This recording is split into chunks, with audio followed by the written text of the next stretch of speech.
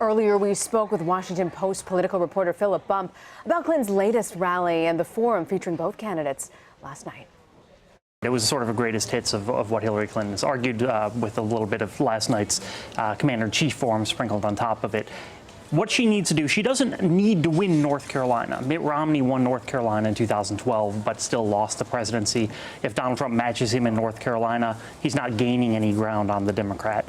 But what she's trying to do is she's trying to make sure that young people, that people of color are committed to come out and vote for. She's trying to gin up the base. She's trying to get people excited because fundamentally, the question mark that is hanging over this election, as is usually the case, but not always, is who actually comes out to the polls. Yeah. Donald Trump is somewhat disadvantaged by the fact that his core base of support, white men who don't have college degrees, they tend to turn out less than other white voters. And so that provides an advantage to the Democrats. Democrats usually turn out less in part because the people who vote most often are older and whiter and wealthier, which isn't the Democratic base.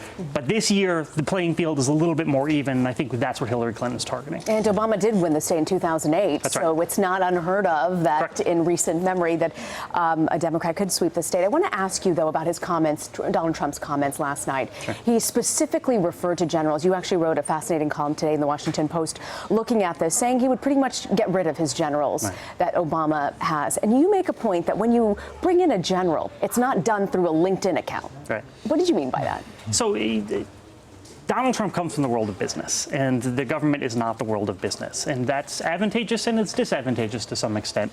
I think last night demonstrated the fact that his grasp of the relationship between the commander-in-chief of the military, that is to say the president, and the military hierarchy is a little shaky. Essentially what he was trying to do is he was trying to disparage the Iraq war, as he generally does, because it is something that Hillary Clinton had voted for. And so as part of that, he was critiquing the Obama administration and critiquing the generals who were advising the Obama administration.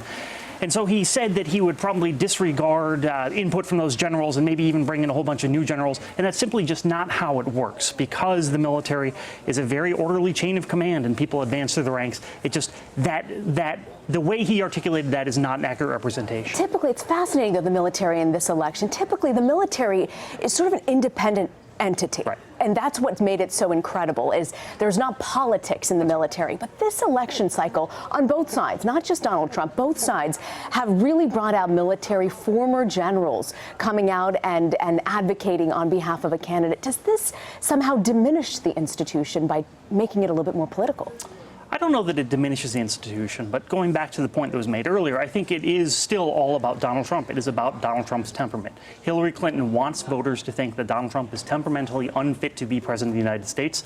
The best way to display that is by, she has a new ad out, for example, an online ad that focuses on Donald Trump's talk about use of nuclear weapons, right? So there is a level of instability that she's trying to impart onto Donald Trump, and by getting a lot of military officials, particularly former Republican military officials, to say, we choose Hillary Clinton, she hopes that reinforces that argument. Now, one of the things that struck me when Donald Trump participated in that forum last night was his question on the specifics of what he would do as president. He again suggested the U.S. should cooperate with Russia, right. Not seeing them in negative terms, but also in his 10-point plan.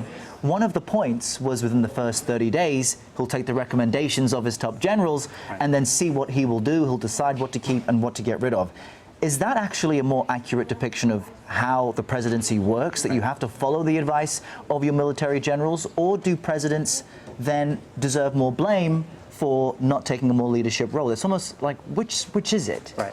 No, it's a fair question, and I think it has been a stumbling block for Donald Trump. Trump has said repeatedly he doesn't want to say, he's got this great plan for getting rid of ISIS quickly. He doesn't want to say what it is, though, because he doesn't want them to know.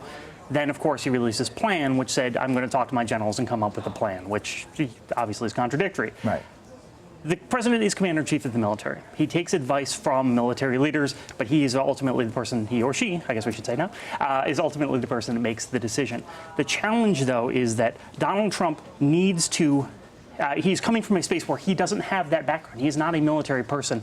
And so for him to say that he would take the advice of generals is sort of a natural thing that someone would say. But now he's contradicting a year and a half of his saying, no, I know what I'm doing. And in fact, has said in the past, I know better than the generals. And George W. Bush was famously called the decider, whether you agreed or disagreed with his decisions. Should voters then get more specifics from Donald Trump on how he would make those decisions? Because we didn't really hear from him on that front last night.